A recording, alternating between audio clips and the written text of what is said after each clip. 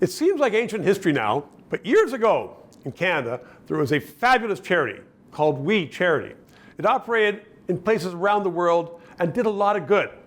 And then it got mired in a scandal, and it's no longer in Canada.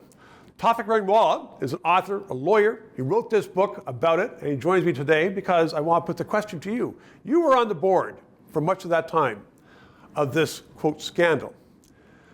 And there's no question about it, even as detractors say, it did good work around the world. Did it deserve what it got? Absolutely not. That's really what the book is about. It's because you can't really think about We Charity as an institution or the two brothers that founded it.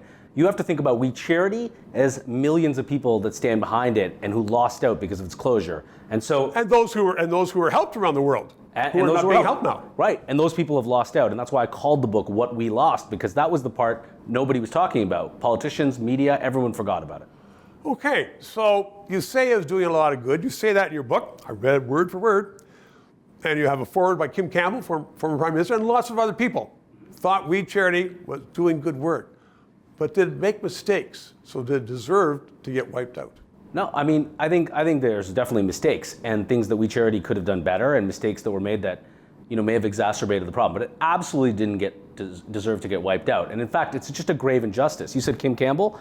One of the things I'm most proud of is the audiobooks read by Martin Luther King III, because he's synonymous with justice and his father's legacy, and he thinks it's a profound injustice. And I think people who read this book will see that. That this is a profound injustice that occurred to the Kielburgers or to we or to both? To Canadian society. That's the real victim. Yeah, but then I get that. I understand that there's a lot of good that's not being done now.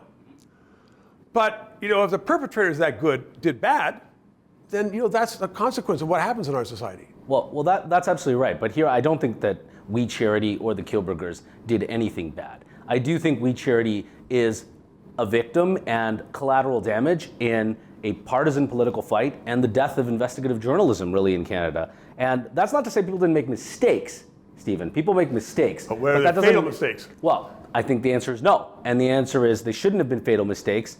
And I don't think there were any bad actors or villains within We Charity, even though that's what the media and politicians wanted to portray to get to the Trudeau government. You just let it out there. Get to the Trudeau government. And you say in your book that why is it called the Trudeau Scandal or the Morneau Scandal? That's They're right. the ones that didn't recuse themselves in cabinet. They're the ones that had trips. So That's why right. is it called that? Is it because the Kielburgers flew too close to the sun? Well, it may well be. And I talk a lot in my book about why the Kielburgers were so easy to pick on, because they're different. They ran a charity that's different. Maybe it's tall poppy syndrome in Canada. Lots of reasons that We Charity became easy to pick on. But unfortunately, picked on it was. You're absolutely right. 3 minutes. Thanks very much. What We Lost. It's a great book. This country needs bold and fearless discussion of the issues that are confronting it. And the Trudeau government is censoring the news and paying other news providers. So we need to keep going. Please subscribe and please donate generously. The crew needs to be paid.